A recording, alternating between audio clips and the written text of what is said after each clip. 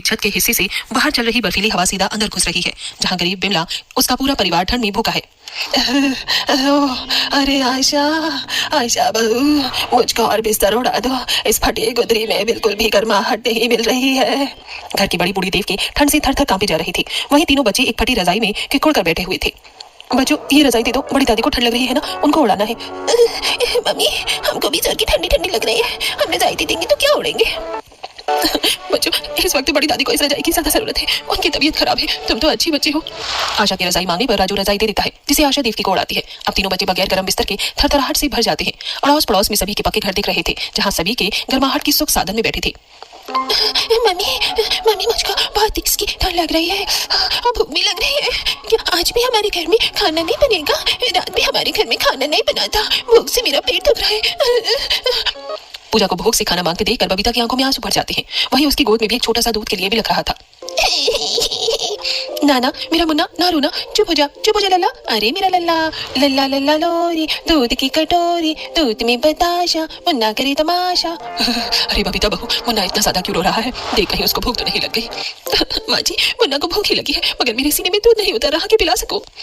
बहू, उसे बेचारे बच्चे को दूध कहाँ से मिलेगा? तूने भी तो कल से एक और नहीं खाया, बगैर खाए दूध कहाँ से उतर पाएगा? उस निर्दयी ऊपर वाले को हम जैसे गरीबों पर मोह नहीं लगता। एक तो बच्चा होने पर हम तेरा थोड़ा बहुत इंतजाम भी नहीं कर पाए, ऐसे में 2 वक्त का खाने का भी दुख छा गया है घर में। पता नहीं ये ठंड का मौसम हम गरीबों की चौखट पर आता किस लिए है। तभी एकदम से बाहर चल रही ठंडी बर्फीली हवा जोर से चलने लगती है, जिससे दरवाजा उखड़ जाता है। हे भगवान, आज तो एकदम करकरा कर ठंड हो रही है। ऐसा लग रहा है जैसे खुली छत के नीचे बैठे हैं। मेरा तो सारा का सारा शरीर सुन्न पड़ गया। कंचन, जल्दी से दरवाजा बंद कर दे, घर में साए साए हवा भर रहा है। कंचन जल्दी से उठकर दरवाजा बंद करने की कोशिश करती है, लेकिन दरवाजे का कुंडा उखड़ जाने की वजह से दरवाजा बंद नहीं होता। माँ, दरवाजे का कुंडा उखड़ गया है, दरवाजा बंद नहीं हो पा रहा है। एक तो वैसे ही इस मकान की छत दीवार जगह जगह से टूटी फूटी है, अब दरवाजे का कुंडा भी निकल गया। इस मकान वाले को बस खाली किराया देते रहो, ना तो कभी कोई टूट फोट सही करवाता है और ना तो जब से रह रहे हैं कभी सफेदी करवाई है।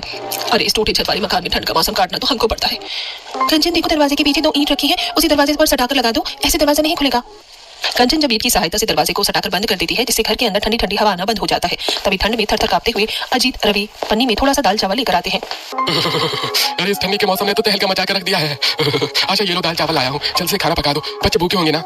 थैली में बस जरा सा दाल चावल देकर आशा अजीत का मुंह देखते हुए उससे बोलती है, अजीत, थोड़ी सी दाल चावल में क्या ही बनाकर हम सबको खिलाएंगे? ठंड भरा मौसम है, ऊपर से किसी के भी पेट में कल से एक और खाना भी नहीं गया। जब दाल चावल खरीद कर ला ही रहे थे तो 2-4 टाइम का इकट्ठा खरीद कर ले आते। आशा, आज बिल्कुल भी काम नहीं चला। ये राशन भी लाला की दुकान से उधार लगा कर लाया हूँ। जब से ठंड का मौसम शुरू हुआ है तब से रोजी रोजगार का बुरा हाल है। आज तो 1 रुपया का काम नहीं हुआ, सारा दिन लेबर चौक पर बैठे बैठे निकल गया। बड़ी मुश्किल से लाला ने आधा किलो चावल, 100 ग्राम दाल तोल कर दिया है। ठंड का कहर भरा मौसम और खाने की किल्लत भरी खराब परिस्थितियों के चलते सभी की आंखों में आंसू आ जाते हैं। तभी राजू मुंह सुखाकर खाना मांगता है। मम्मी, मम्मी, जोर की भूख लगी है, जल्दी से दाल चावल बना कर दे दो ना। आज मैं सब्जी भी नहीं मांगूंगा, दाल चावल भी खुशी खुशी खा लूंगा। बच्चों को सूखी दाल चावल में भी इतना सब्र करते देखकर अब विमला का कलेजा फटने को ही आ जाता है। हे भगवान, इन मासूम बच्चों का मुंह देखकर भी तुझको दया नहीं आती क्या? 2 टाइम की रोटी के लिए भी हम जैसे गरीबों को ऐसे ठंड के मौसम में तूने मोहताज कर दिया है। जिठानी जी, चलिए जल्दी से खाना चढ़ाते हैं, सब लोग भूखे बैठे हैं। तब दोनों जल्दी से थोड़े से राशन में ही पानी डालकर दाल और गीली भात पकाते हैं। जिठानी जी, आज के चावल तो बिल्कुल भी फरारे से नहीं लग रहे, कितना चपचप पानी छूट गया है चावल पर। पापा जी तो ऐसा चावल खाना बिल्कुल भी पसंद नहीं करते। जानती हूँ बबीता, लेकिन चावल भी तो कितने कम से थे। अगर फरारी चावल बनाते तो सभी का पेट नहीं भरता। थोड़ा गीले गीले चावल में सबको थोड़ा थोड़ा ज्यादा बढ़ाकर परोस देंगे। ऐसे बोलते हुए आशा रोते हुए चूल्हे की आंच लगाती है और तभी लकड़ी भी खत्म हो जाती है। ईंधन तो खत्म हो गया, पर भगवान का शुक्र है कि खाना बनने के बाद ही ईंधन समाप्त हुआ है। वैसे अभी तो जंगल में काफी ज्यादा ओस पड़ रही है, तो सूखी लकड़ी कहाँ से चुनकर लाएंगे? ऐसे ठंड भरी मौसम में तो सूखी लकड़ी मिलना असंभव है। आशा को लकड़ी के लिए इतना परेशान होते देखकर बबीता बोलती है, जिठानी जी, अभी 2-4 रोज पहले ही पुलिया के पास एक खेत की कटाई हुई है, वहाँ पर काफी सारे सूखे डंठल छूट रखे हैं। कल सवेरे सवेरे चलकर उन्हें काट कर ले आएंगे, इससे हमारे 4-5 दिन का चूल्हा तो जलाने और खाना पीना बनाने का जुगाड़ हो ही जाएगा। चलिए अब जल्दी से सबको खाना दे देते हैं, वरना ठंड की वजह से खाना भी ठंडा हो जाएगा। तब दोनों बहुएं सभी को थाली में थोड़ा थोड़ा गरम गरम दाल चावल देती हैं। ठंडी ठंडी हवा का झोंका अभी भी खिड़की के टूटे हुए हिस्से से अंदर आ रहा था। इतने में रामदास हाथों में हंसुआ लेकर ठंड में मकान में आता है। उसका पूरा सर ओस में काफी ज्यादा भीगा हुआ था। अरे विमला, जल्दी से आग जलवा दो, बाहर एकदम कड़ाके की सर्दी है। अरे हाथ पाँव मेरे बिल्कुल सुन्न से पड़ गए हैं।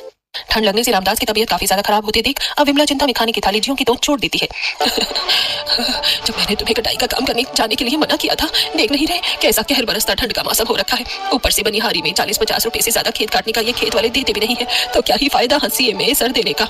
बाबूजी, आपकी उम्र के जितने भी लोग हैं सारे के सारे घर बैठ चुके हैं, फिर आप क्यों खेत में काम करने के लिए जाते हैं? हमसे जितना बन पड़ेगा हम उसी में सबको कमा कर खिला रहे हैं ना। आपको किसी चीज बात की हम कभी तो नहीं होने दे रहे हैं, तो हमें बताओ। अरे बेटा, तुम दोनों भी कितना करोगे? घर का खर्चा खुराक चलाओगे कि मकान का किराया भरोगे? इतनी महंगाई के जमाने में तो एक अकेले इंसान का पेट पालना भी भारी है। ऊपर से मकान का किराया 2-3 महीने जाने कब चढ़ चुका है। पता है ना, इस बार मकानदार हमें 10 तारीख की डेट देकर गया। अगर 10 तारीख को किराया नहीं दिया तो कहीं घर खाली करने को ना कह दे।